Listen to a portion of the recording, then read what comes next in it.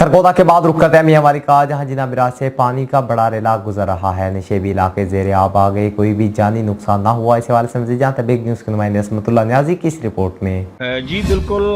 Northern areas में गुज़श्ता दिनों की शदीद बारिशों की वजह से दरिया सिंध में भी पानी का बहाव बहुत ज़्यादा बढ़ चुका है।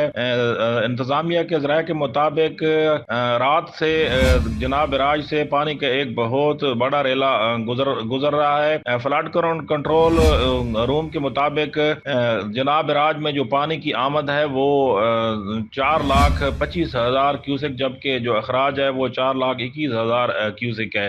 अगर इंतजामिया की बात की जाए तो डिप्टी कमिश्नर मियांवाली और असिस्टेंट कमिश्नर ईसा खैल और डीपीओ मियांवाली परसों रात से ही बहुत एक्टिव नजर आए। और जो कच्चे के इलाका जात हैं जिनमें कमर मशानी कच्चा, ईसा खैल कच्चा, कालाबाग और पिपला के जो इलाका जात हैं उनको बर वक्त इतला कर दी गई थी कि वो अपना सामान और बच्चों के साथ खुश जगह पर जो है ना शिफ्ट हो जाएं। और कमर मशानी ईसा खेल कालाबाग में फ्लड रिलीफ कैंप भी कैंप कर दिए गए थे, जबकि 1122 के साथ जो दीगर इदारे हैं उनको भी अलर्ट कर दिया गया था। तो इस तरह गुज़श्ता रात को भी असिस्टेंट कमिश्नर ईसा खेल, चौधरी जाफर, म्यूनसिपल कमेटी कमर मशानी, म्यूनसिपल कमेटी ईसा खेल और म्यूनसिपल कमेटी कालाबाग के अमले और ट्रैक्टर ट्रालियों के साथ जो हिफाजती बंद हैं उन पर मौजूद रहे। और पानी का जो बड़ा रेला है वो इस वक्त आराम से जनाब राज से गुजर रहा है और किसी भी जानी या बड़े नुकसान की